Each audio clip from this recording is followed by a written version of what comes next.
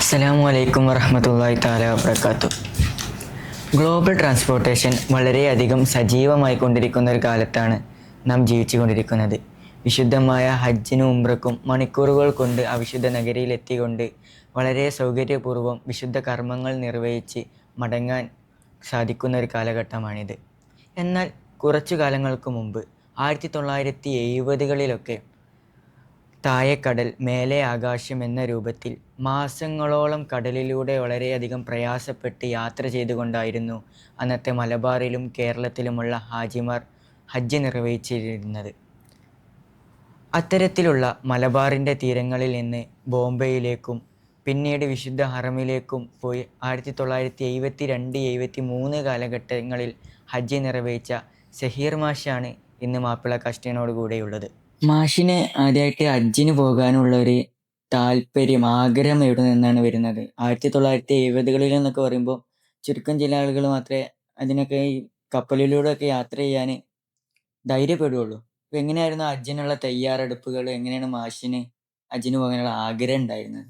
എന്നെ സംബന്ധിച്ചിടത്തോളം 24-ാമത്തെ വയസ്സിൽ അവിവാഹിതനായിരുന്നു.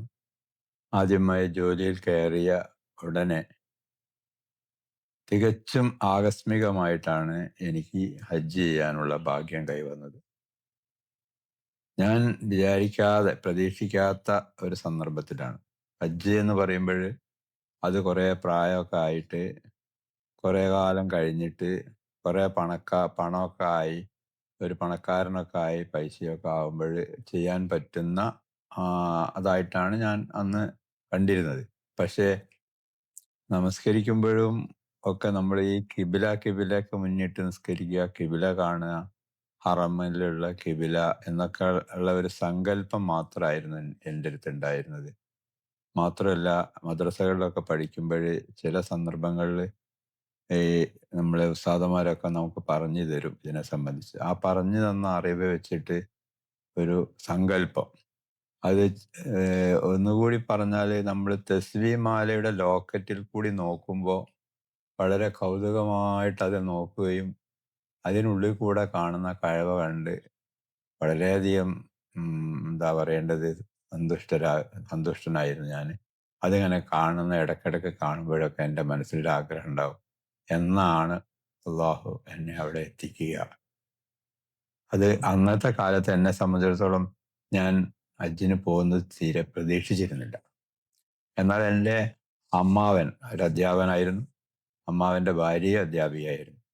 അവർ രണ്ടുപേരും ഏതാണ്ട് റിട്ടയർ ചെയ്യാറൊക്കെ ആയ സമയമായപ്പോൾ അവർ ഹജ്ജിന് പോകണം എന്ന് പറഞ്ഞ് പുറപ്പെട്ടപ്പോൾ അന്ന് ഞാൻ പഠിക്കാൻ വേണ്ടിയുള്ള സൗകര്യത്തിന് വേണ്ടി അമ്മാവൻ്റെ കൂടെ ആയിരുന്നു. അമ്മാവനും അവർക്ക് മക്കളില്ലാത്തതുകൊണ്ട് എന്നെ ഒരു മകനെ പോലെ കൊണ്ടു നടന്നതാണ്. അപ്പം എന്നോട് ചോദിച്ചു, നീ ഞങ്ങളെ സഹായിക്കാൻ ഞങ്ങളുടെ കൂടെ ഹജ്ജിന് വരാമോ? അത് കേൾക്കേണ്ട താമസം. ഞാൻ പിന്നെ എൻ്റെ ജോലിയോ, എനിക്ക് പ്രൊബേഷൻ ഡിക്ലെയർ ചെയ്തിട്ടില്ല, ഞാൻ ഗവൺമെൻറ് സർവീസിലേക്ക് കയറിയിട്ടേ ഉള്ളൂ. ഒന്നും നോക്കാതെ ഞാൻ അതിന് തയ്യാറാവുകയാണ് ചെയ്തത്. അന്ന് കപ്പലിലായിരുന്നു ഹജ്ജ് യാത്ര. മുഗൾ ലൈൻ കമ്പനിയുടെ കപ്പലാണ് ഉണ്ടായിരുന്നത്. ഞങ്ങൾ യാത്ര ചെയ്ത കപ്പൽ SS മുസാഫിരി. ഈ കപ്പലിൽ യാത്ര ചെയ്യണമെങ്കിൽ നമുക്ക് കോഴിക്കോട്ട് നിന്ന് റെയിൽവേ വണ്ടിക്ക് ബോംബെയിൽ പോയിട്ട് ബോംബെ മുസാഫർഖാനയിൽ ഏതാണ്ട് ഒരു 10-15 ദിവസം തങ്ങിയതിന് ശേഷമാണ് നമുക്ക് യാത്രാനുമതി അവിടുന്ന് ലഭിക്കുക. എന്നിട്ട് ബോംബെ മുസാഫർഖാനയിൽ നിന്ന് നമ്മൾ ബോംബെ പോർട്ടിലേക്ക് പോയി പോർട്ടിൽ നിന്നാണ് നമ്മൾ കപ്പൽ കയറുക. ഈ രീതിയിലാണ് എനിക്ക് ആദ്യ ഹജ്ജിന് പോകാനുള്ള അവസരം കിട്ടിയത്. ഒരു അപൂർവമായിട്ട് ആരെങ്കിലും ഒരാളാണ് അന്ന് ഹജ്ജിനൊക്കെ പോകുക എന്ന് പറഞ്ഞാൽ, ആ ഹജ്ജിന് പോകുക എന്ന് പറയുന്നത് ഒരു വലിയ സംഭവമാണ്. മാസങ്ങൾക്ക് മുമ്പേ അതിനുള്ള ഒരുക്കങ്ങളൊക്കെ ചെയ്യും. പോകുന്ന ആൾ കുടുംബത്തിലുള്ളവരോട് ഒക്കെ പറയുകയും അത് ഒരു 2 മാസം മുമ്പേ തുടങ്ങും. അങ്ങനെ എല്ലാവരും പ്രതീക്ഷിച്ചു കൊണ്ടിരിക്കുക. അതിനുവേണ്ടിയുള്ള ഒരുക്കങ്ങളാണെങ്കിലോ ഇന്നത്തെ പോലെ ഒന്നും ആയിരുന്നില്ല. അന്ന് എല്ലാ സാധന സാമഗ്രികളും കൊണ്ടുപോകും. ഭക്ഷണത്തിനുള്ള എല്ലാ വസ്തുക്കളും കൊണ്ടുപോകും. അതുപോലെ തന്നെ നമുക്ക് വേണ്ട വസ്ത്രങ്ങൾ അതെല്ലാം ഒരുക്കി തയ്യാറാക്കിയിട്ട് വലിയ പെട്ടിയിലാക്കണം. ഈ പെട്ടി എന്ന് പറഞ്ഞിട്ടുണ്ടെങ്കിൽ വണ്ടിയിൽ നിന്ന് എടുത്തിടണം, വണ്ടിയിൽ നിന്ന് ഇറങ്ങിയിട്ട് പിന്നെ എടുത്തിട്ട് പോർട്ടിലേക്ക് കൊണ്ടുപോകണം, പിന്നെ പോർട്ടിൽ നിന്ന് കപ്പലിൽ കയറ്റി കപ്പലിൽ ഇടണം, പിന്നെ കപ്പലിൽ നിന്ന് ജിദ്ദയിലെത്തിയാൽ കപ്പലിൽ നിന്ന് താഴോട്ട് ഇറക്കിയിട്ട് അവിടെ പോർട്ടിൽ ഇറക്കണം. ഇങ്ങനെ ഇറക്കിയും കയറ്റിയും ഒക്കെ ചെയ്യുമ്പോൾ ആ പെട്ടിക്ക് ഒന്നും സംഭവിക്കാതിരിക്കാൻ നമ്മൾ ഉപയോഗിച്ചിരുന്ന പെട്ടി വളരെ ഇരുമ്പിൻ്റെ നല്ല തകിട് കൊണ്ടുണ്ടാക്കിയ നല്ല ഇരുമ്പ് പെട്ടിയായിരുന്നു. ആ പെട്ടിക്ക് അങ്ങനെ ഒന്നും സംഭവിക്കാതിരിക്കാൻ വേണ്ടി, ചതുക്കൊന്നും വരാതിരിക്കാൻ വേണ്ടി ഈ കയറ് കൊണ്ടുള്ള മാലുണ്ടാവും.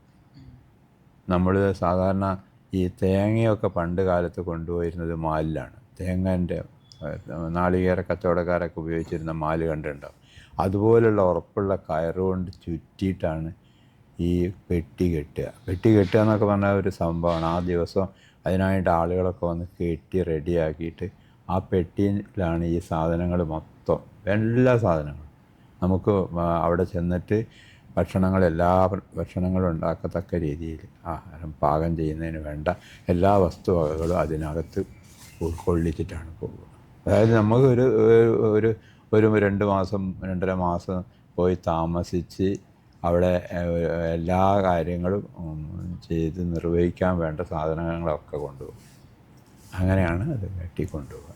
അങ്ങനെയാണ് ഞങ്ങൾ ഇവിടുന്ന് പുറപ്പെട്ടു. 3-ാം ദിവസം ഒരു വൈകുന്നേരം കയറിയാൽ അന്ന് രാത്രി, പിറ്റേന്ന് പകൽ, അടുത്ത പകൽ, 3-ാമത്തെ പകലാണ്. 2 പകലും 1 രാത്രിയും ബോംബെയിലേക്ക് എത്താൻ അന്ന് വേണം. അങ്ങനെ അവിടെ എത്തിക്കഴിഞ്ഞാൽ ഞങ്ങൾക്കുള്ള സാധനങ്ങളൊക്കെ ഇറക്കിയതൊക്കെ ആദ്യം തന്നെ ഞങ്ങൾ കണ്ടുപിടിച്ച് പെട്ടിയൊക്കെ എടുക്കണം. ഇന്നത്തെ മാതിരി അത്ര എളുപ്പമല്ലായിരുന്നു. അത് എന്നിട്ട് നമ്മുടെ വണ്ടിയിൽ നിന്ന് ശേഖരിക്കണം, വണ്ടി ഇറങ്ങിയ ഉടനെ. എന്നിട്ട് അവിടെ ചെന്ന് ഈ പെട്ടിയൊക്കെ ആയിട്ട് നമ്മളങ്ങോട്ട് പോവുക. അപ്പോൾ അവിടെ ഞാൻ ചെന്നപ്പോൾ അന്ന് വിക്ടോറിയ ടെർമിനസ് എന്നുള്ള റെയിൽവേ സ്റ്റേഷൻ, വീട്ടി എന്നാണ് പറയുക. വീട്ടി റെയിൽവേ സ്റ്റേഷനിൽ ചെന്നപ്പോൾ ഞാൻ കണ്ട കാഴ്ച എന്നെ അമ്പരപ്പിച്ചളഞ്ഞു. അവിടെ പല കളറിലുള്ള തലയിൽ ടവലും ഒക്കെ കെട്ടിയ ഒരുപാട് പോർട്ടർമാരൊക്കെ ഉണ്ട്.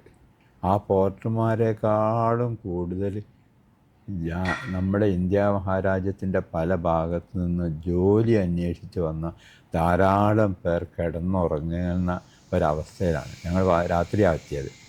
അപ്പോൾ എല്ലാവരും ഇങ്ങനെ പ്ലാറ്റ്ഫോമിലും സീറ്റിലും നടക്കുന്ന ഭാഗത്തും നടപ്പാതയിലൊക്കെ കിടന്നുറങ്ങുക പല രാജ്യക്കാർ. അത് കണ്ടപ്പോൾ എനിക്ക് വളരെയധികം എൻ്റെ ഹൃദയത്തിൽ തട്ടിപ്പോയി. ഇവരൊക്കെ ജോലി അന്വേഷിച്ച് വന്നവരാണല്ലോ. ഇന്ന് ബോംബെ എന്ന് പറയുന്നത് ഒരു ജോലിക്ക് തിരഞ്ഞു പോകുന്ന സ്ഥലമായിരുന്നു പലരും. അപ്പോൾ അവരെയൊക്കെ ചാടി കടന്ന് വേണം ഈ പെട്ടി ഇതൊക്കെ ആയിട്ട് ഞങ്ങൾ ബോംബെ മുസാഫർഖാനയിലേക്ക് എത്തിയത്. ബോംബെ മുസാഫർഖാന എന്ന് വെച്ചാൽ SS മുസാഫർഖാന, സാബു സിദ്ദീഖ് മുസാഫർഖാന. അന്ന് സെൻട്രൽ ഹജ്ജ് കമ്മിറ്റി മുഖേനയാണ് പോവുക. അതിന് കമ്മിറ്റീൻ്റെ ആളുകളും ഭാരവാഹികളും ഓഫീസൊക്കെ അവിടെ ഉണ്ടായിരുന്നു. അവരെടുത്ത് റിപ്പോർട്ട് ചെയ്തു. നമ്മളിതിന് മുമ്പ് കേട്ടിട്ടുണ്ട്, അന്നത്തെ കാലത്ത് ഹജ്ജ് യാത്ര പറഞ്ഞാൽ കപ്പലിലൂടെ മാസങ്ങളോളം ഇങ്ങനെ യാത്ര ചെയ്യണമല്ലോ. അപ്പോൾ കുറച്ച് പ്രയാസകരമായ കാര്യമാണല്ലോ ഈ മാസങ്ങളോളം ഇങ്ങനെ യാത്ര ചെയ്യുന്ന കാര്യം എന്നുള്ളത്. അപ്പോൾ നിങ്ങൾക്ക് ഈ കപ്പലിൽ അങ്ങനെ പ്രയാസകരമായി തോന്നിയ അങ്ങനെ അനുഭവങ്ങൾ എന്തെങ്കിലുമൊക്കെ ഉണ്ടെങ്കിൽ പ്രധാനമായിട്ട് നിങ്ങൾ മനസ്സിൽ ഓർമ്മിച്ച് വെക്കണമെന്ന് എന്തെങ്കിലും ഉണ്ടോ? ഞങ്ങൾ SS മുസാഫരി എന്ന് പറഞ്ഞ കപ്പലിലാണ് ബോംബെയിൽ നിന്ന് ജിദ്ദയിലേക്ക് യാത്ര തിരിച്ചത്. ഈ SS മുസാഫരി എന്ന് പറയുന്ന കപ്പലിൽ ഏതാണ്ട് 1488 ഹാജിമാരാണ്, ഹജ്ജിന് പോകുന്ന ഹാജിമാരുണ്ടായിരുന്നു, പുണ്യയാത്രക്കുള്ള ആളുകൾ.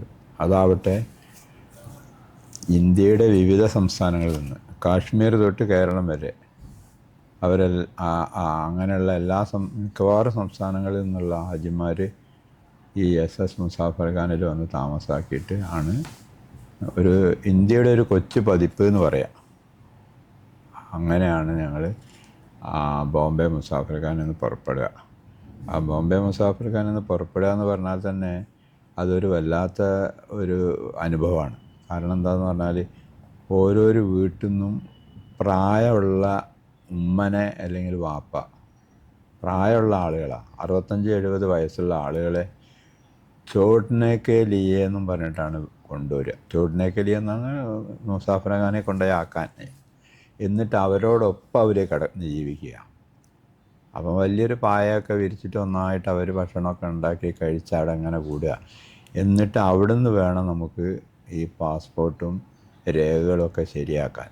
അതിന് ഓരോ ദിവസവും മുസാഫിർഖാനൻ്റെ വിവിധ ഓഫീസുകളിൽ കയറി ഇറങ്ങി അതെല്ലാം ശരിയാക്കി പാസ്പോർട്ടൊക്കെ കിട്ടിയാൽ നമ്മുടെ ഡേറ്റ് പറയും. അപ്പോഴത്തേക്ക് ഒരു 2 ആഴ്ച കഴിയും. അപ്പോൾ അതുവരെ അവർ ഇങ്ങനെ ഇവിടെ താമസിക്കും.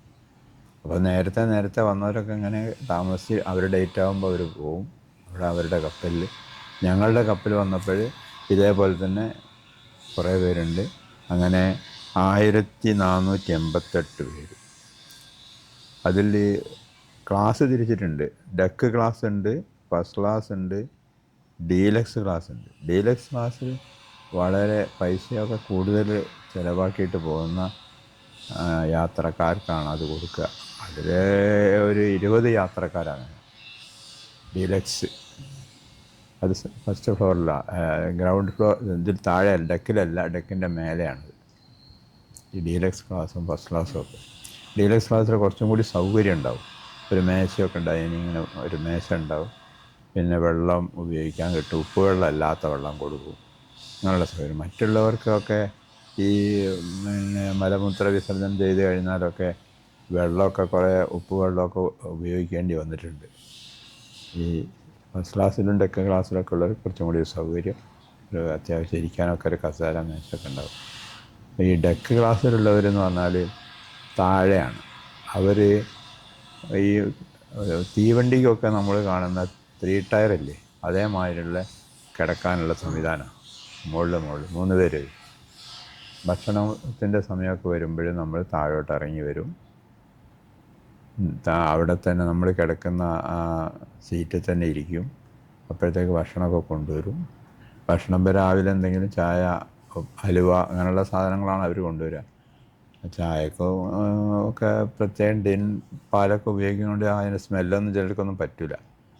അപ്പോൾ പിന്നെ കപ്പലിൽ കയറുക എന്ന് പറഞ്ഞാൽ ആദ്യത്തെ പ്രയാസം എന്താണെന്ന് പറഞ്ഞാൽ കപ്പലിൽ ഒരു സീ സിക്നെസ്, കപ്പൽ ചുരുക്കം എന്ന് പറയും.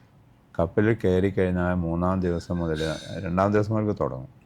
കയറി ഒരു രാത്രി കൊണ്ട് കഴിയുമ്പോഴത്തേക്ക് പിറ്റേന്ന് രാവിലെ എല്ലാവരും ഛർദ്ദിക്കാനും തലകറക്കമായിട്ട് കിടക്കുക. പിന്നെ ഇവരൊക്കെ ഇങ്ങനെ കിടക്കുന്നതായിട്ടാണ് കണ്ടത്. അത് കിടക്കുന്നത് കാണുകയെന്ന് പറഞ്ഞിട്ടുണ്ടെങ്കിൽ അവർക്ക് പിന്നെ ഭക്ഷണം ഉണ്ടാക്കാനോ ഭക്ഷണം എടുത്തു കൊടുക്കാനോ പെട്ടി തുറക്കാൻ പോലും കഴിയാതെ കിടക്കുന്ന ആളുകൾ, പ്രായമുള്ള ആളുകൾ. അപ്പോൾ ഈ പ്രായമുള്ള ആളുകളെ ശുശ്രൂഷിക്കാൻ അവർക്ക് വേണ്ടിയിട്ട് നമ്മൾ ഹിദ്മത്ത് ചെയ്യാനുള്ളൊരവസരം എനിക്ക് കിട്ടി. അതെങ്ങനെയെന്ന് പറഞ്ഞാൽ, ഈ ഞാൻ നേരത്തെ പറഞ്ഞല്ലോ, കേവലം 24 വയസ്സുള്ള ആൾ എന്നുള്ള നിലയ്ക്ക് ആ കൂട്ടത്തിൽ ഞാനാണ് ഏറ്റവും ചെറുപ്പക്കാരൻ. അപ്പോൾ എന്നെ ആദ്യം തന്നെ സെൻട്രൽ ഹജ്ജ് കമ്മിറ്റിക്കാർ ഒരു ഹാദിമുൽ ഹജ്ജായിട്ട് തിരഞ്ഞെടുത്തിരുന്നു, അതായത് ഹജ്ജ് വളണ്ടിയർ.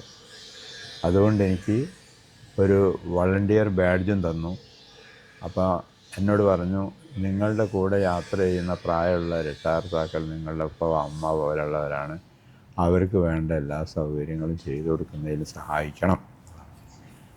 അസുഖം വന്നാൽ അവരെ കപ്പലിൽ ഹോസ്പിറ്റലുണ്ടാവും, അവിടെ കാണിക്കണം, മരുന്ന് വാങ്ങിക്കൊടുക്കണം, ഡോക്ടറെ കാണിക്കണം, അങ്ങനെയൊക്കെയുള്ള കാര്യങ്ങൾ സഹായിക്കണം. അതിനൊക്കെ വലിയ കൂലി കിട്ടും എന്നൊക്കെ പറഞ്ഞ് എന്നോട് ഈ ക്ലാസ്സൊക്കെ തന്നതുകൊണ്ട് കഴിയുന്നത്ര അങ്ങനെയുള്ള കാര്യങ്ങൾ ചെയ്യാം എന്ന് ഞാൻ വിചാരിക്കുകയും അൽഹംദുലില്ലാഹ് എനിക്ക് ചെയ്യാൻ പറ്റാവുന്നിടത്തോളം ഇന്നത്തെ പ്രായത്തിനനുസരിച്ച് ആരോഗ്യം അനുസരിച്ച് ഒരുപാട് പേർക്ക് ഞാൻ ഈ കുഴഞ്ഞു കിടക്കുന്ന ഈ കടൽ ചുരുക്കം ബാധിച്ച് കിടക്കുന്ന ആളുകൾക്ക് സേവനം ചെയ്തു.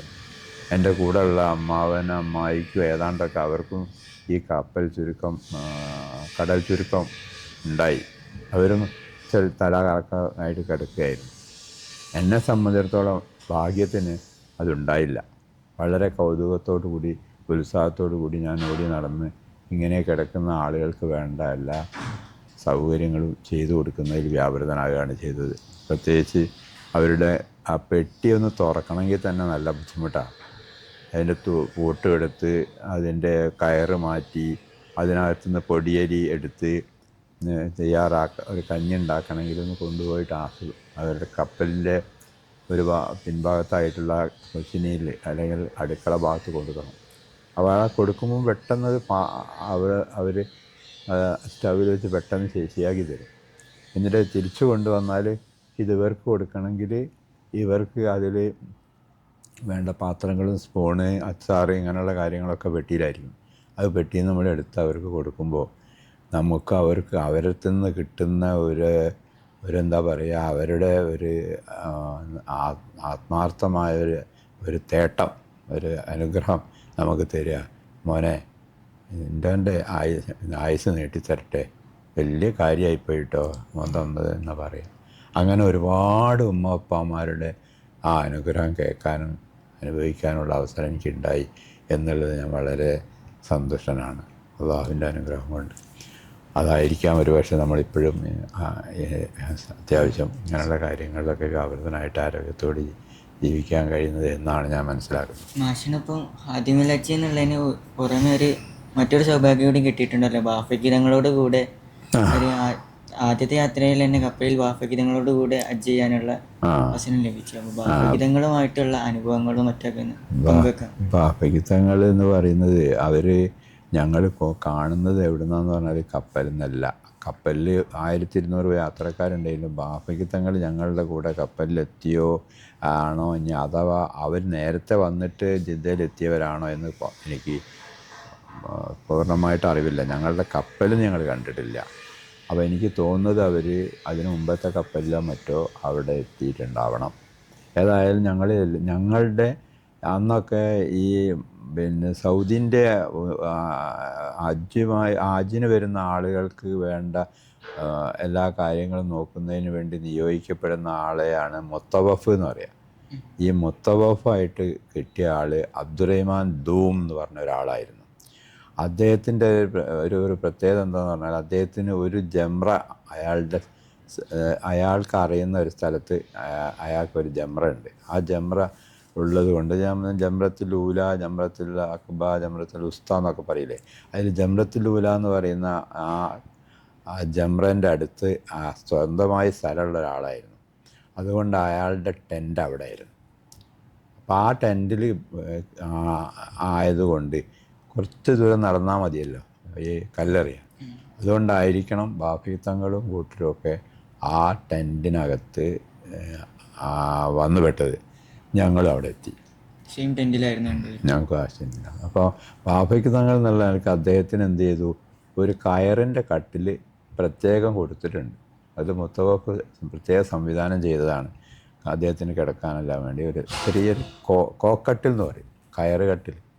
അത് അന്ന് അറേബ്യയിലൊക്കെ ഈ തെരുവോരങ്ങളിലൊക്കെ ഇങ്ങനെ ഞങ്ങൾ പോകുമ്പോൾ കണ്ടിട്ടുണ്ട് ഇങ്ങനെയുള്ള കട്ടിൽ. ഈ കട്ടിൽ ഇരുന്ന് സൊറ പറയുന്ന, വൈകുന്നേരം ചായ കുടിച്ച് കാര്യങ്ങളൊക്കെ തമാശ പറഞ്ഞുകൊണ്ടിരിക്കുന്ന ആളുകൾക്കൊരു പതിവായിരുന്നു. നമ്മളിവിടെ ബെഞ്ചൊക്കെ ഇട്ടിരിക്കുന്ന പോലെ. അപ്പോൾ അങ്ങനെ ബാഫഗീതങ്ങളായിട്ട് കാണാനിടയായി. ബാഫഗീതങ്ങളുടെ കൂടെ നോക്കുമ്പോൾ ഈ മമ്മൂക്കൈ എന്ന് പറഞ്ഞാൽ, ചെറിയ മമ്മൂക്കൈ എന്ന് പറഞ്ഞ ആളുണ്ട്. സെയ്ദ് ഉമർ ബാഫഗീതങ്ങൾ എന്ന് പറഞ്ഞ അയാളുടെ മരുമകനുണ്ട്. പിന്നെ അന്നത്തെ രാഷ്ട്രീയ നേതാക്കന്മാരായ ഇബ്രാഹിം സുലൈമാൻ സേട്ടുണ്ടായിരുന്നു അവരുടെ കൂടെ. പിന്നെ അവിടുത്തെ അന്നത്തെ ഒരു വലിയ വ്യാപാരിയായിരുന്ന കല്ലട്ര അബ്ദുള്ള കുട്ടി ഹാജി കല്ലട്ര. പിന്നെ അങ്ങനെ കുറേ പേരൊക്കെ അന്നുണ്ടായിരുന്നു. ഒരുപാട് ആൾക്കാരുണ്ടായിരുന്നു. അവരൊക്കെ ഈ തങ്ങളോടൊപ്പം യാത്ര ചെയ്യായിരുന്നു. അതുകൊണ്ട് അവിടെ വന്നു. അപ്പോൾ തങ്ങളായതുകൊണ്ട് തങ്ങളെടുത്ത് ഇങ്ങനെ ആവലാതി പ്രയാസങ്ങളൊക്കെ പറയാൻ വേണ്ടി അടുത്ത ടെൻറ്റിലുള്ള പെണ്ണുങ്ങളൊക്കെ വരുമായിരുന്നു. അപ്പം തങ്ങളതിനെന്തെങ്കിലുമൊക്കെ പരിഹാരം പറഞ്ഞു കൊടുത്ത് ആമീൻ പറഞ്ഞ് ദുആയൊക്കെ ചെയ്തു കൊടുക്കും. ഇതൊക്കെ കാണാനുള്ള അവസരം ഉണ്ടായിട്ടുണ്ട്. നേരിട്ട് കാണാൻ പറ്റില്ലേ? പിന്നെ പിന്നെ ഉണ്ടായത്, പിന്നെ ഞങ്ങൾ ഹജ്ജ് തുടങ്ങിക്കഴിഞ്ഞതിന് ശേഷം പിന്നീട് ഞങ്ങൾ കാണുന്നത് ഹജ്ജിൻ്റെ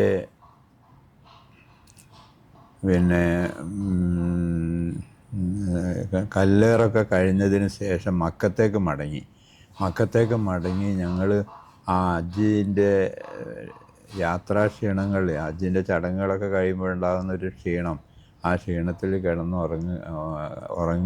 ഉറങ്ങിക്കൊണ്ടിരിക്കുന്ന സമയത്ത് രാത്രി അന്നത്തെ സംസ്ഥാന ഹജ്ജ് വളണ്ടിയറായിട്ട് വന്നിരുന്ന പിന്നെ സ്വതന്ത്ര തൊഴിലാളി യൂണിയൻ്റെ ഒരു നേതാവ് ഉണ്ടായിരുന്നു. അയാളുടെ പേര് ഉമ്മർ ഖാൻ എന്നാണ്. ആ ഉമ്മർ ഖാനാണ് എന്നെ രാത്രി വന്ന് വിളിച്ച് വിവരം പറഞ്ഞത്. അദ്ദേഹം എന്നെ വിളിക്കാൻ കാരണം, ഞാൻ അദ്ദേഹത്തെ പരിചയപ്പെട്ടത് എങ്ങനെയെന്ന് പറഞ്ഞാൽ, ഞാൻ മുസാഫറഖാനയിലായിരിക്കുമ്പോൾ ഇന്നത്തെ നമ്മുടെ പിന്നെ ലീഗിൻ്റെയൊക്കെ വലിയ നേതാവായ ET മുഹമ്മദ് ബഷീർ, അദ്ദേഹം അവിടെ ഒരു സ്വതന്ത്ര തൊഴിലാളി യൂണിയൻ്റെ എന്തോ ഒരു ട്രെയിനിങ്ങിനൊക്കെ വന്നതായിരുന്നു ബോംബെയിൽ, ഹജ്ജിനില്ലായിരുന്നു. അപ്പോൾ അദ്ദേഹം ഒരു എഴുത്ത് തന്നു, ഈ നല്ല നമ്മളുടെ പ്രവർത്തകനാണ് ഹജ്ജ് വളണ്ടിയറായിട്ട് വന്നിരിക്കുന്നത്, ഉമ്മർ ഖാൻ എന്ന് പറയും, അവർ നിങ്ങൾ പരിചയപ്പെടണം, ഞാനൊരു എഴുത്ത് തരാമെന്ന് പറഞ്ഞ് എനിക്കൊരു എഴുത്ത് തന്നു. ആ എഴുത്ത് കൊടുത്തുകൊണ്ട് ഉമ്മർ ഖാൻ എൻ്റെ ഒരു വലിയ താല്പര്യമുള്ളൊരു സുഹൃത്തായി മാറി. അതുകൊണ്ട് വാസ്തവത്തിൽ ഇവർ ഹജ്ജിന് ഉമ്മർ ഖാൻ വന്ന് എന്നോട് പറയുമ്പോഴാണ് ഞങ്ങൾ അറിയുന്നത്.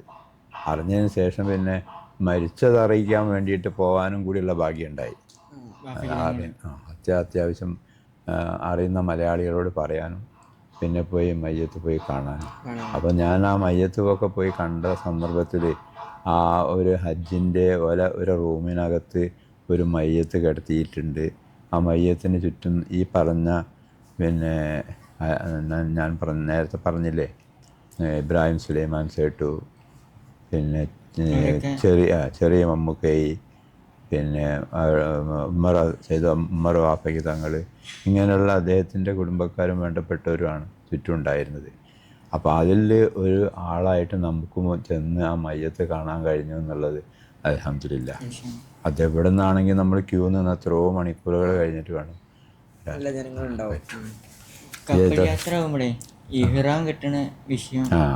കപ്പലിൽ നിങ്ങൾ പോകുമ്പോൾ കപ്പലിൽ രണ്ട് കാര്യങ്ങളാണ് നമ്മൾ കാണാനുണ്ടായത്. ഒന്ന് സൂര്യോദയവും സൂര്യാസ്തമനവും. പിന്നെ കപ്പലിങ്ങനെ പോകുമ്പോൾ എവിടെയെങ്കിലുമൊക്കെ തട്ടണ മാതിരിയുള്ള ഒരു അനുഭവം ഉണ്ടാവും. അപ്പോൾ അങ്ങനെ തട്ടുന്ന എന്തുകൊണ്ടാണ് എന്ന് ഞാൻ കാര്യമായിട്ട് ചോദിച്ചപ്പോൾ അവർ പറഞ്ഞ്, ഈ കപ്പലിൽ കടലിൻ്റെ അടിയിൽ ചില ഭാഗങ്ങളിലൊക്കെ തണുത്തുറച്ച ഐസ് മലകളോ ഐസ് കുന്നുകളൊക്കെ ഉണ്ടാവും ഐസിൻ്റെ.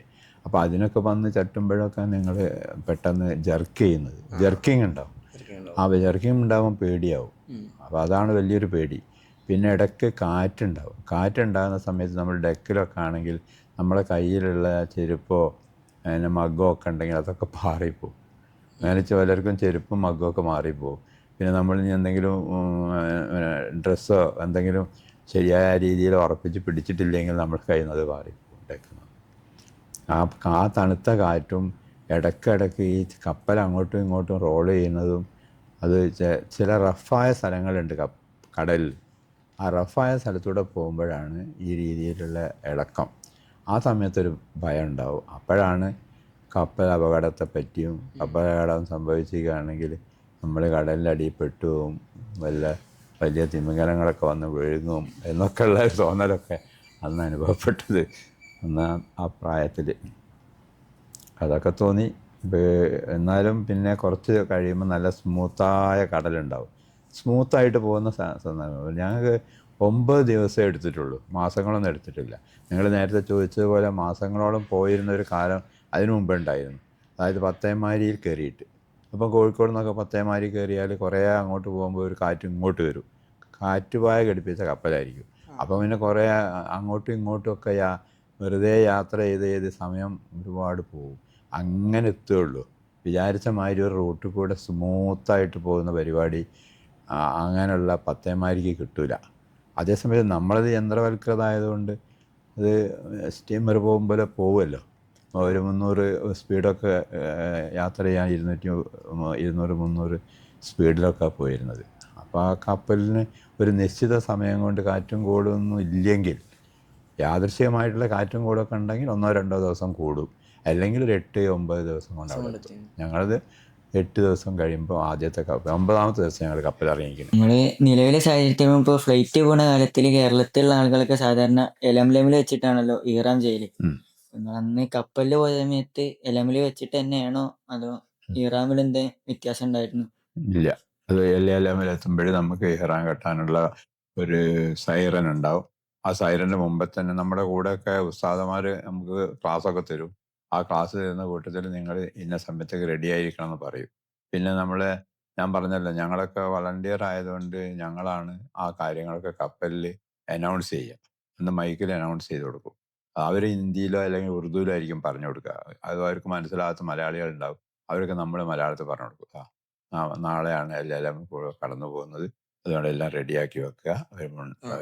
അന്ന് ഇതേമാതിരി തന്നെ ഒരു മുണ്ട്, ഒരു വെള്ള ഉടുക്കാനും ഒരു വെള്ള പുതയ്ക്കാനും, സ്ത്രീകൾ അത് അവരുടേതായ രീതിയിലുമാണ് അത് ചെയ്ത് പിന്നെ ഇഹ്റാം പ്രവേശിക്കും. അതിനിടയ്ക്ക് ഒരു സൗദിന്റെ കപ്പല് പാസ് ചെയ്യണത് കണ്ടു. അപ്പൊ അങ്ങോട്ടും ഇങ്ങോട്ടും അവർ സല്യൂട്ട് ചെയ്യുന്ന കൊടി ഇങ്ങനെ അങ്ങോട്ടും ഇങ്ങോട്ട് കാണിക്കുന്നൊക്കെ കണ്ടു. നിങ്ങൾ പറഞ്ഞല്ലോ 9ാമത്തെ ദിവസം 9ാം ദിവസം 8 ദിവസം വരെ ഞങ്ങൾ വേറെ ഒന്നും കണ്ടില്ല, കടല് തന്നെയാ കാണുന്നത്. അതിനിടയ്ക്ക് എല്ലമല് ആ സ്ഥലത്ത് എത്തി കഴിഞ്ഞ് കുറച്ച് കഴിഞ്ഞപ്പോഴാണ് ഒരു ദ്വീപ് പോലെ ഞങ്ങളുടെ ശ്രദ്ധ എത്തുന്നത്. അപ്പൊ കര കാണുമ്പോൾ ഞങ്ങളുടെ മനസ്സിലുള്ള സന്തോഷം എന്തായിരിക്കും അറിയോ? അതുവരെ കടലിൽ വരികയാണ്. ആ കര കണ്ടപ്പോ ദൂരത്ത് നിന്ന് സൗദിയുടെ ജിദ്ദയിലുള്ള ആദ്യം ചെറുതായിട്ടേ കാണുള്ളൂ, എന്തോ ഒരു ഇളക്കം പോലെ. അവിടെ കപ്പൽ, നങ്കൂരട്ട കപ്പലൊക്കെ എന്തോ ഒരു ചെറിയ തോണി പോലെയൊക്കെ തോന്നുള്ളൂ. പിന്നെ ഇങ്ങനെ അടുത്തടുത്ത് വരുമ്പോഴത്തേക്ക് അതൊക്കെ വലുതായി വലുതായി വന്ന് അപ്പോഴേ ആ വാഹനങ്ങൾ ജിദ്ദ പോർട്ടിന്റെ അടുത്തേക്കൊക്കെ വരുന്ന വാഹനങ്ങളൊക്കെ ചെറുതായിട്ട് ഒരു സോപ്പ് പെട്ടി പോലെ ഇങ്ങനെ തോന്നുള്ളൂ. പിന്നെ കുറച്ചങ്ങ് കഴിയുമ്പോൾ അതിന്റെ യാഥാർത്ഥ്യം എന്തായാലും ദൂരത്തുനിന്ന് ഇങ്ങനെ ഒരു തുറമുഖം ഇങ്ങോട്ട് കാണുമ്പോ ഞങ്ങൾക്കുള്ള അപ്പൊ ഇത് ഇങ്ങനെ ഇതേമാതിരി ഈ തിരാവണ്ണ കഅബ കാണാനാണ് ഇപ്പൊ പോണേ. കഅബ കാണുമ്പോൾ കിട്ടിയൊരു കുളിർമ, സന്തോഷം ഉണ്ടാവുമല്ലോ. അത് കഅബ കാണുക എന്ന് പറയുമ്പോഴേ നമ്മളുടെ കണ്ണിന്ന് കണ്ണീര് വന്നു എനിക്ക്. ഞാനിത് കണ്ടല്ലോ, അൽഹംദുലില്ലാ, ഈ കണ്ണുകൊണ്ട് ഇത് നോക്കിയിട്ട് ഞാൻ ഈ കഅബ കണ്ടല്ലോ എന്നുള്ളത് നോക്കിയിട്ട് ഞാൻ അത്ഭുതപ്പെടുക. ഞാൻ ആകെപ്പാടെ എന്താ പറയാ, ഒരുമാതിരി പിന്നെ എൻ്റെ ഒരു എന്താ ഞാൻ പറയാ, അതിന് മാത്രം ഞാൻ പെട്ടെന്ന് അങ്ങനെ അത്ഭുതപ്പെട്ട് ഒരു അവസ്ഥയിലായിപ്പോയി. ഇങ്ങനെ നോക്കി അങ്ങനെ കണ്ടപ്പോ ഇതെനിക്ക് കാണാൻ കഴിഞ്ഞല്ലോ, ഇതല്ലേ പടച്ചോനെ ആദ്യത്തെ കഷ്ടപ്പാടിന് ശേഷം കാണാനില്ല. നിങ്ങള് കപ്പൽ വഴിയും ഹജ്ജ് ചെയ്യാൻ പോയിട്ടുണ്ട്. 2005 വിമാനം വഴിയും ഹജ്ജ് ചെയ്യാനൊക്കെ പോയിട്ടുണ്ട്. അപ്പൊ ഇത് രണ്ടും ഇപ്പൊ ഉള്ള വ്യത്യാസം നിലയ്ക്ക് നിങ്ങൾക്ക് എന്താ പറയാനുള്ളത്? എന്ന് പറയുകയാണെങ്കിൽ ഇന്നത്തത് ഒരു ട്രിപ്പ് പോലാണ് തോന്നുന്നത്. ഇന്നൊരു ട്രിപ്പ് പോകുമ്പോഴാ നമുക്ക് നല്ല പിന്നെ സൂട്ട് കേസ് ഉണ്ട്, ഡോളേഴ്സ് ഉണ്ട്. ഇത് ഒന്നും നമ്മൾ ഉപയോഗിക്കേണ്ട ആവശ്യമില്ലല്ലോ. വലിയ പാത്രങ്ങൾ കൊണ്ടുപോണ്ട, സ്റ്റൗ കൊണ്ടുപോണ്ട, മണ്ണെണ്ണ വരെ കൊണ്ടുപോവുകയാണ്, സ്റ്റൗ വരെ കൊണ്ടുപോവുകയാണ്. ഇതൊന്നും അന്നത്തെ കാലത്ത്. ഇപ്പൊ അതൊന്നും വേണ്ടല്ലോ, ഭക്ഷണം വേണ്ട. അപ്പോൾ മിനിമം ഡ്രസ്സും എടുത്തിട്ട് അത്യാവശ്യം രേഖകളും എടുത്തിട്ട് അങ്ങ് ഒരു സൂട്ട് കേസുമായിട്ട് ഇറങ്ങുകയാണ്. 5-6 ദിവസമേ വേണ്ടൂ. ജിദ്ദയില് യൗമുൽ തൗർ എന്ന് പറഞ്ഞാൽ 8-8 തീയതി, ഹജ്ജ് മാസം 8 തീയതിയാണല്ലോ തുടങ്ങുക. അതിന് 7 അവിടെ എത്തിയാൽ മതി. 7 എത്തി 8, 9 അറഫ, 10 യൗമുൻ നഹർ എന്ന് പറയുന്ന ബലി, പിന്നെ 3 ദിവസം എന്താ പറയാ അയ്യാമു തശ്രീക്കിന്റെ 3 ദിവസങ്ങൾ ജംറകളിൽ കല്ലെറിയാണല്ലോ. ഇത്രയും ദിവസമല്ലേ വേണ്ടു. 3, 6, 5 ദിവസം കൊണ്ട് 8, 9, 9 അറഫല്ലേ, പിന്നെ 3 ദിവസം കൂടി കല്ലേറും. 3, 2, 5. ഈ 5 ദിവസം അതിന് മുമ്പ് തലേന്ന് എത്തും ചെയ്യുക, 6. പിന്നെ ഇങ്ങോട്ട് 7ാമത്തെ ദിവസം ഇങ്ങോട്ട് പോരും ചെയ്യും. അപ്പൊ 6-7 ദിവസം കൊണ്ട് വീട്ടിലെ 8 ദിവസം കൊണ്ട് ഹജ്ജിന് പോയി മടങ്ങി പോകുന്ന ആൾക്കാരുണ്ട്. 5 മുതൽ 6 മണിക്കൂർ ഇപ്പോഴും ഉണ്ട്. എങ്ങനെയാന്ന് പറഞ്ഞാൽ അവര് ഏറ്റവും ഹറമിന്റെ തൊട്ടടുത്തുള്ള വലിയ സ്റ്റാർ ഹോട്ടലുകളുണ്ട്. അപ്പൊ അവിടെ നമ്മൾ പറയാ പിന്നെ ക്ലോക്ക് ടവർ എന്നൊക്കെ പറയുന്ന ഇന്നത്തെ ആ ക്ലോക്ക് ടവറിലൊക്കെ ഒരു റൂം എടുത്താല് അതിന് വലിയ ലക്ഷക്കണക്കിന് ഉറുപ്പ്യൊക്കെ ബുക്ക് ചെയ്യാനാവും. അതാവുമ്പോൾ അത് അവർക്ക് വേണ്ടി ബുക്ക് ചെയ്ത് വെച്ചാൽ അവരന്ന് 7-ാം തീയതിയോ 6-ാം തീയതി അവിടെ എത്തുള്ളൂ. 6-ാം തീയതി 7-ാം തീയതി അവരുടെ ലാസ്റ്റ് ഡേറ്റ് ഉണ്ടാവും ആ വിമാനത്തിന് എത്താനുള്ളത്. ആ ഡേറ്റിന് അവരവിടെ ഇറങ്ങും. വേഗം ഇവിടെ ഇപ്പോൾ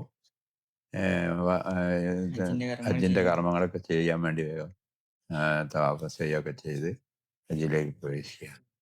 മറ്റേ ഞങ്ങൾ പോയിരുന്ന സമയത്ത് ഒരു മാസം 1.5 മാസം ഞങ്ങളവിടെ ജീവിക്കുകയാണല്ലോ.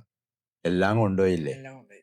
അതുകൊണ്ടാണ് അന്ന് ഞങ്ങൾ പോയ പ്രാവശ്യത്ത് ഒരു വലിയ അനുഭവം ഉള്ളത് എന്താന്ന് പറഞ്ഞാൽ ഈ സ്റ്റൗവിന് തീപിടിച്ച്. വാസ്തവത്തിൽ ഓരോരോ അനുഭവങ്ങളിൽ നിന്നാണല്ലോ നമ്മൾ പാഠം പഠിക്കുക.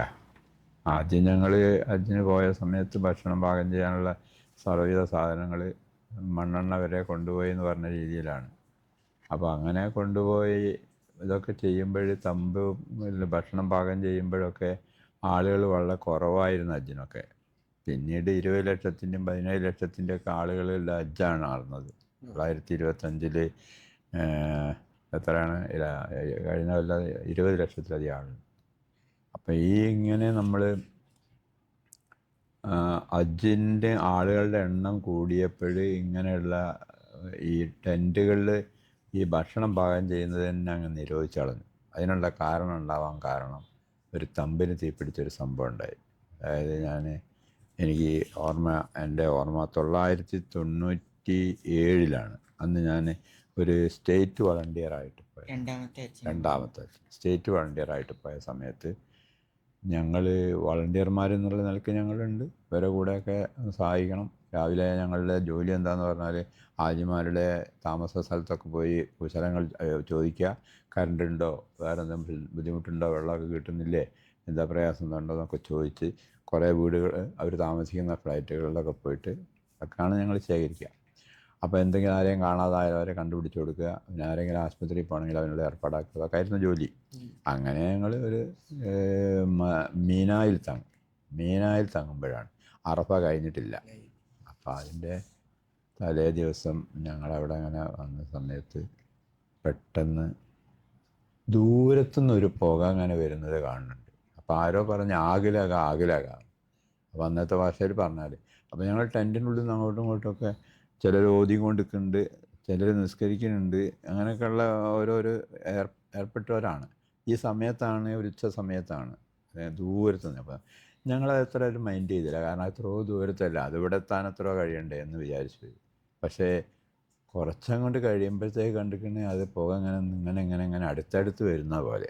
അപ്പോൾ നല്ല വേഗതയിൽ 78-80 കിലോ ഹെർട്സിൽ അടിക്കുന്ന കാറ്റുണ്ട്. അപ്പോൾ ഈ കാറ്റും അടിക്കുമ്പോൾ എല്ലാവരും വെപ്രാളപ്പെട്ട് കഴിഞ്ഞ് ചിലരൊക്കെ ആ ഭാഗങ്ങളിലുള്ളവരൊക്കെ പെട്ടെന്ന് ടെൻറ്റിൽ നിന്ന് പുറത്ത് കടന്ന് തീപിടിച്ച് അവിടുത്തെ നിന്നേക്ക് നോക്കിയിട്ട് പേടിയായും കൊണ്ട് എല്ലാവരും ഓടാൻ തുടങ്ങി. അങ്ങനെ ആ ഓട്ടം ഇങ്ങനെ ഞങ്ങളുള്ള ഭാഗത്തേക്ക് വരെ വ്യാപിക്കുകയാണ്. ഏതാണ്ട് ഒരു 2-3 കിലോമീറ്റർ ദൂരം ഉണ്ടാവും. ഞങ്ങൾ 3 കിലോമീറ്റർ ദൂരത്താണ് തീ കണ്ടത്. അത് ക്ഷണനേരം കൊണ്ട് ഞങ്ങളുടെ അടുത്തും കൂടി എത്തി. ഞങ്ങളുടെ ടെൻ്റടക്കം കത്തിപ്പോവുകയാണ്. അപ്പോൾ ഞങ്ങൾ ടെൻറ്റിൽ നിന്നൊക്കെ ഓടിയിട്ട് ഒരു സ്ഥലമുള്ള ഒരു പൊതു റോഡുണ്ട്. ആ റോഡിലേക്ക് അങ്ങോട്ട് കയറിയപ്പോഴത്തേക്ക് ആ റോഡിൽ കൂടെ പോകാൻ കഴിയാത്ത അവസ്ഥയിൽ റോഡിലൊക്കെ പലതരത്തിലുള്ള ബൈക്കുകൾ, വാഹനങ്ങൾ, ബസ്സുകളൊക്കെ പാർക്ക് ചെയ്തിട്ടുണ്ട്. ഈ ബസ്സുകളും ബൈക്കുകളൊക്കെ പാർക്ക് ചെയ്യാന്ന് പറഞ്ഞാൽ അതിലൊക്കെ ഇന്ധനം ഉണ്ടാവും, പെട്രോളോ ഡീസലോ. അപ്പോൾ അതിലേക്ക് വന്ന് വീണിട്ട് അത് പൊട്ടിത്തെറിക്കുകയാണ്. അപ്പോൾ അങ്ങനെ ഈ ക്യാൻവാസാണ്, ഈ ടെൻറ്റിൻ്റെ ക്യാൻവാസ് പൊട്ടിയിട്ട് അതിൻ്റെ കഷ്ണങ്ങൾ പോയിട്ട് അടുത്ത ടെൻറ്റിൽ വീഴുമ്പോൾ അവിടെയൊക്കെ തീപിടിക്കുകയാണ്. ആ മലയോര പ്രദേശത്ത് 2 ഭാഗത്തും കത്തി ഇങ്ങനെ പോകുന്നത് നമ്മൾ ഓടുന്നതിനേക്കാളും സ്പീഡാണ് 2 ഭാഗത്തും. അപ്പോൾ 2 ഭാഗത്തും തീ ഇങ്ങനെ പകർന്നു പോവുക. നടുക്കുള്ള റോഡിൽ ഞങ്ങളും കുറച്ച് ബസ്സും നടക്കുന്ന ആൾക്കൂട്ടവും. ഈ ആൾക്കൂട്ടത്തിൽ കൂടെ ഞങ്ങൾ ഓടി ഞാൻ പോകുമ്പോൾ എൻ്റെ പിന്നിൽ എനിക്ക് തോന്നുന്നത് അഹമ്മദാബാദിലായിട്ടുള്ള ഏതോ ഒരു പ്രായമുള്ളൊരു സ്ത്രീയാണ് എൻ്റെ തോളിൽ ഇങ്ങനെ പിടിച്ച് നിന്നത്. എന്തിനാണ് രക്ഷപ്പെടാൻ വേണ്ടി. കുറേ ഞാൻ എൻ്റെ കൂടെ ഇങ്ങനെ പോന്നു. കുറേ കഴിഞ്ഞപ്പോൾ അവർക്ക് എൻ്റെ കൂടെ ഓടാനോ ബസ്സിൻ്റെ മുകളിൽ കയറാനോ കഴിയാതെ അവർ പോയി. എന്താ ചെയ്തെന്ന് എനിക്കറിയില്ല. ഞാനൊരു ബസ്സിൻ്റെ മുകളിലേക്ക് മെല്ലനെ എൻ്റെ ഷോൾ എറിഞ്ഞു കൊടുത്തു. അപ്പം ബസ്സിൻ്റെ മുകളിലുള്ള ആളത് പിടിച്ചപ്പോൾ ഞാൻ മെല്ലനെ ടയറിൻ്റെ മുകളിൽ കൂടെ ചവിട്ടി കയറി. അന്നത്തെ ആ പ്രായത്തിലായതുകൊണ്ട് കയറി. അങ്ങനെ മുകളിൽ പോയി അവിടുന്ന് ബസ്സിൻ്റെ മുകളിൽ നിന്ന് അടുത്ത ബസ് നിർത്തിയിട്ട സ്ഥലത്തേക്ക് ഒന്ന് ഓരോ ബസ്സുകൾ ഇങ്ങനെ അടുത്തടുത്ത് നിർത്തിയിട്ടില്ല. അപ്പോൾ ഈ ബസ്സിൽ നിന്നിട്ട് കാര്യമില്ല, തീ വരുന്നുണ്ട്. അപ്പോൾ അബദ്ധത്തിന് തീ പൊട്ടിയിട്ട് ഇതിൽ വന്ന ആ ബസ്സും ഞങ്ങളൊക്കെ പൊട്ടിത്തെറിക്കും. അതുകൊണ്ട് കുറച്ച് ആളുകൾ എന്ത് ചെയ്ത് ഈ ഹനുമാൻ ചാട്ടം പോലെ ഒരു ബസ്സിൽ നിന്ന് അടുത്ത ബസ്സിലേക്ക് ചാടി ഒരു 3-4 ബസ്സിൻ്റെ മുകളിൽ കൂടെ നടന്നിട്ട് ഒരു ഗലിയിലെത്തി. ആളുകളുടെ തോളിൽ കൂടെ ഇറങ്ങിയിട്ടാണ്. അങ്ങനെയാണ് ഞങ്ങൾ താഴെ എത്തുന്നത്. ഇത്രയും ആളുകൾ ഓട്ടുക. അങ്ങനെ നടന്ന അവസാനം പിന്നെ നിങ്ങൾ അറിയേണ്ട ഒരു കാര്യം എന്താണെന്ന് പറഞ്ഞാൽ ഇഹ്റാം വേഷത്തിലാണ്. ഒരു മുണ്ടും നമുക്ക് വേറെ സുരക്ഷിതമായ ഡ്രസ്സൊന്നും ഇല്ലല്ലോ. പിന്നെ ഒരു പൊതിച്ചിരിക്കുകയാണ്. കാലിലുണ്ടായിരുന്നത് ഹവായി പോലത്തെ ചെരുപ്പായിരുന്നു. അതിലൊരു ചെരുപ്പിൻ്റെ ഭാരം അങ്ങോട്ട് പൊട്ടിപ്പോയി. അപ്പോൾ കാല് പൊള്ളുന്നുണ്ട്, നല്ല ചൂടുമുണ്ട്. ആ സമയത്ത് അതെല്ലാം സഹിച്ചുകൊണ്ട് എങ്ങനെയോ ഓടി ഒരു പോലീസ് സ്റ്റേഷൻ്റെ കമ്പി വേലി കൊണ്ട് ഒരു കോമ്പൗണ്ടുണ്ട്.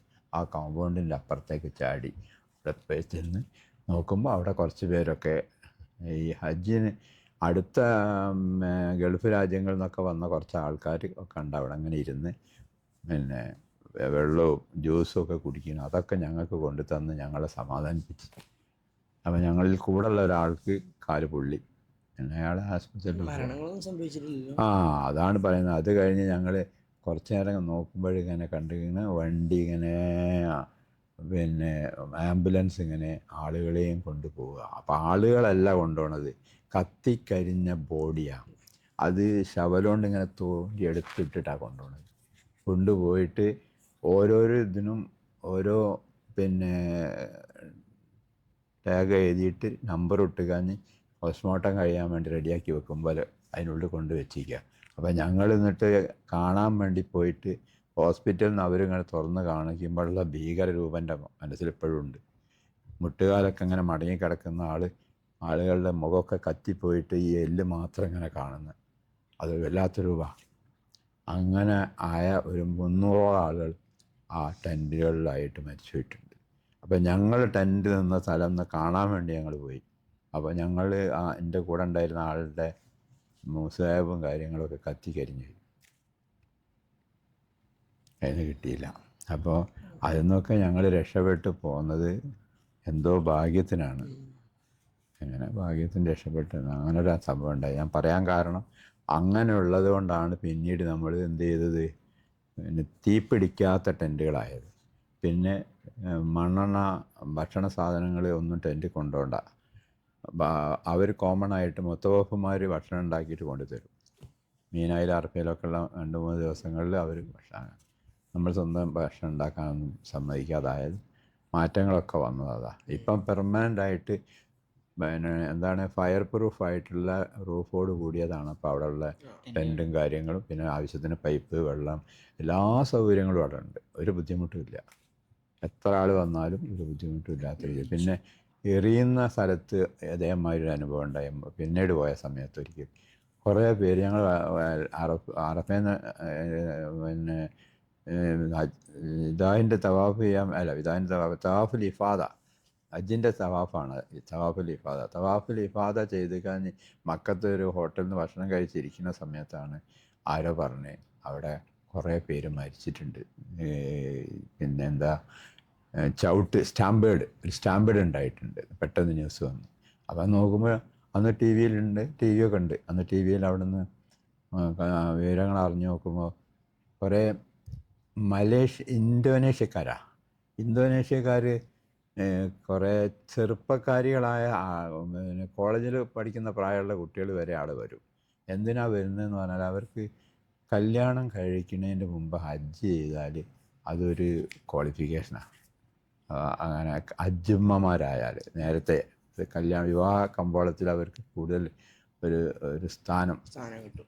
അതുകൊണ്ട് അവിടുന്ന് ഒരുപാട് പേര് ഇങ്ങനെ ചെറുപ്പക്കാരികൾ ഹജ്ജ് ചെയ്യാൻ വരുന്നുണ്ട്.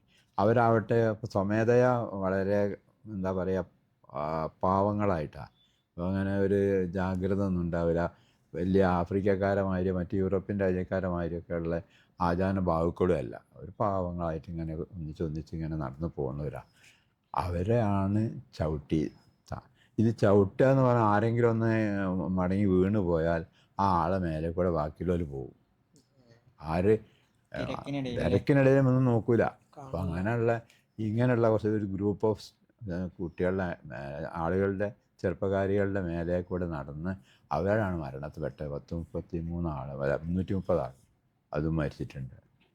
അപ്പോൾ അത് സംഭവിച്ചതിന് ശേഷമാണ് പിന്നെ ജംറകളിൽ എറിയാൻ പോകാൻ വേണ്ടിയിട്ട് 3 ടയർ വലിയ 2-3 റോ ആയിട്ട്, അതായത് നമ്മൾ ഫ്ലൈ ഓവർ പോലെ, ഫ്ലൈ ഓവർ ആ 3-ൽ കൂടി എറിഞ്ഞാലും ഈ ജംറയിൽ വരും. പക്ഷേ ഈ ജംറനെ സംബന്ധിച്ച് എനിക്ക് ആദ്യത്തെ അറിവ് ഞാൻ നിങ്ങളോട് പറഞ്ഞു തന്നല്ലോ. കപ്പലിൽ പോയ സമയത്ത് ഒരു നടപ്പാതയിൽ 3 പിന്നെ വട്ടക്കിണർ പോലത്തെ ആയിട്ടാണ് എനിക്ക് അനുഭവപ്പെട്ടത്. നടപ്പാതയിൽ കൂടെ കല്ലുമുള്ളൊക്കെ നിറഞ്ഞ നടപ്പാതയിൽ കൂടെ പോയിട്ട് ഒരു വട്ടക്കിണർ കാണും, ജംറത്തുലൂല. അപ്പോൾ ഞങ്ങൾ അവിടെ 7 കല്ല് അതിൻ്റെ വക്ക് പിടിച്ച് ഞാൻ എറിഞ്ഞു. അതിന് നടുക്കൊരു സ്തൂപുണ്ട് ആ വട്ടക്കിണറിൽ. പിന്നെ കുറച്ചും കൂടി നമ്മൾ ജംറത്തുൽ ഉസ്ത അത് കയറി, പിന്നെ ജംറത്തുൽ അഖബ. അപ്പോൾ ഈ 3 ജംറകളിലും ഞങ്ങൾ കല്ലെറിയാൻ വേണ്ടി പോയിട്ട് അതിൻ്റെ വക്ക് പിടിച്ച് കഴിഞ്ഞാൽ അതിൻ്റെ ഉള്ളിലേക്ക് ഇടാൻ കഴിയുക. ഇന്നിപ്പോൾ നമ്മൾ ജംറകൾ കാണുന്നില്ല. ഇന്ന് ജംറകളെ എല്ലാം എന്നോട് ചേർന്നുകൊണ്ട് ബൈപ്പാസ് പോലെ കയറിപ്പോകാനുള്ള പാത. അപ്പോൾ അതിൻ്റെ ഒരു ഫണൽ പോലെ ആയിട്ട് ഇരിക്കുക. മുകളിൽ നിന്ന് ഒരു ഫണലാണ്. ആ ഫണലിൽ കൂട്ടാൽ 3-ാമത്തെ റോയിൽ കൂടെ ഫ്ലൈ ഓവറിൻ്റെ ഉള്ളിൽ നിന്ന് എറിയാൻ സൗകര്യം ഇഷ്ടം പോലെ കൊടുത്തുക. അപ്പോൾ എല്ലായിടത്തു നിന്ന് എറിഞ്ഞാലും ഈ വാവട്ടം പോലെയുള്ള അതിലൂടെ ആ കല്ല് താഴോട്ട് പോയിക്കോളും. പിന്നെ 2-ാമത്തെ ഫ്ലൈലുള്ളവർക്ക് ഉണ്ടാവും. 3-ാമത്തെ ഇത് എത്തുന്നത് ഞാൻ നേരത്തെ പറഞ്ഞ അവിടെ അതാണ് സ്ഥാനം. അപ്പം ആ സ്ഥാനമൊക്കെ നേരത്തെ പോയി കാണാനും അതിലേക്ക് നോക്കാനൊക്കെ കഴിഞ്ഞു. പിന്നെ അതുപോലെ എൻ്റെ ഓർമ്മയിലുള്ളത് സംസം കിണറാണ്. സംസം കിണറിനകത്തേക്ക് നിന്ന് വെള്ളം ആ ബക്കറ്റ് കൊണ്ട് കോരി എടുത്തിട്ട് കുടിച്ചിട്ടുണ്ട്. അത് ആ വെള്ളം പലരും അന്നത്തെ സ്ത്രീകൾ, ഞാൻ പറഞ്ഞല്ലോ 10-70 വയസ്സൊക്കെ ഉള്ളവരാണ്, ഇത് ബക്കറ്റ് വെള്ളം കോരാൻ കഴിയില്ല. അപ്പം പറയും ഈ കഫം പുടവ കൊണ്ടുവന്നിട്ടുണ്ടാവും. ഒരു വീട്ടിൽ പോയിട്ട് നാട്ടിൽ പോയി മരിക്കുമ്പോൾ മക്കത്തുനിന്ന് സംസം വെള്ളം കഴുകി കൊണ്ടുവന്ന് ഡ്രസ്സ് ഒരു സൂക്ഷിച്ച് വെക്കും. അങ്ങനെ ഒരു പതിവുണ്ട്. ചിലർക്ക് എപ്പോഴും ചെയ്യുന്നുണ്ട്. ആ 3 കഷ്ണം തുണി കരുതി വെക്കും. അപ്പോൾ അങ്ങനെയുള്ള അതൊക്കെ നനയ്ക്കാൻ വേണ്ടിയിട്ട് വെള്ളം ഒരുപാടാക്കി ഞാൻ കോരി കൊടുത്തിട്ടുണ്ട്. ബക്കറ്റിട്ട് വെള്ളം എടുത്തിട്ട് ഇങ്ങനെ കോരി കൊടുത്തു. അതൊക്കെ ഞാൻ എപ്പോഴും ഇങ്ങനെ ആലോചിക്കുമ്പോൾ ഞാൻ അല്ലാതെ രോമാഞ്ചം ഉണ്ടാവുകയാണ്. കാരണം നമുക്കത് കഴിഞ്ഞല്ലോ എന്നുള്ളത്. പിന്നീട് ഞാനത് ഞാൻ കോരിയ ബക്കറ്റും കാര്യങ്ങളൊക്കെ ഞാൻ അവിടുത്തെ മ്യൂസിയത്തിൽ പോയി കാണുകയും ചെയ്തു. പിന്നെ ഹന്തക്ക് എന്ന് പറഞ്ഞ ഒരു കാര്യം കൂടി പറയും. ഇതിൻ്റെ കാലം കഴിയുമ്പോൾ ഹന്തക്ക് യുദ്ധം നടന്ന കിടങ്ങ് കുഴിച്ചിട്ടുള്ള യുദ്ധമാണ്. കിടങ്ങ് കുഴിച്ചിട്ടാൽ കുതിര പടയാളികൾക്കോ അല്ലെങ്കിൽ ആന പടയാളികൾക്കൊന്നും വരാൻ കഴിയില്ല. അപ്പോൾ അതിനാണ് അത് കിടങ്ങ് കഴിക്കുന്നത്. അപ്പോൾ അന്നത്തെ കാലത്ത് ആ കിടങ്ങ് നബി സല്ലല്ലാഹു അലൈഹി വസല്ലവും ആൾക്കാരെല്ലാം കൂടി കിടങ്ങ് കുഴിക്കുമ്പോഴല്ലേ ഒരു സഹാബി എന്നിട്ട് അല്ലാതെ വിശക്കുന്നുണ്ട്, ഞാൻ ഒരു കല്ലെടുത്തിട്ട് അപ്പോൾ നബീനെ ഇങ്ങോട്ട് പൊക്കിയിട്ട് പറഞ്ഞ് ഞാൻ 1 അല്ല 2 വെച്ചിക്കണമെന്ന് ഓർമ്മ ഉണ്ടല്ലോ. അപ്പോൾ അന്ന് ആ കിടങ്ങ് കയറിയതും കാര്യങ്ങളിലൊക്കെ ഒരു ചെറിയ ഭാഗം മാത്രമേ ഉള്ളായിരുന്നു. ഞാൻ 2-ാമത് ഹജ്ജിന് 3-ാമത് ഹജ്ജിന് പോകുന്ന സമയത്ത് ഒന്നുമില്ല. അപ്പോൾ ആദ്യത്തേത് അവിടെ ഉണ്ട്. അപ്പോൾ അതൊന്ന് കാണാൻ കഴിയില്ല എന്നുള്ളതാണ്. സംസം വെള്ളം നേരിട്ട് കാണാൻ കഴിയില്ല.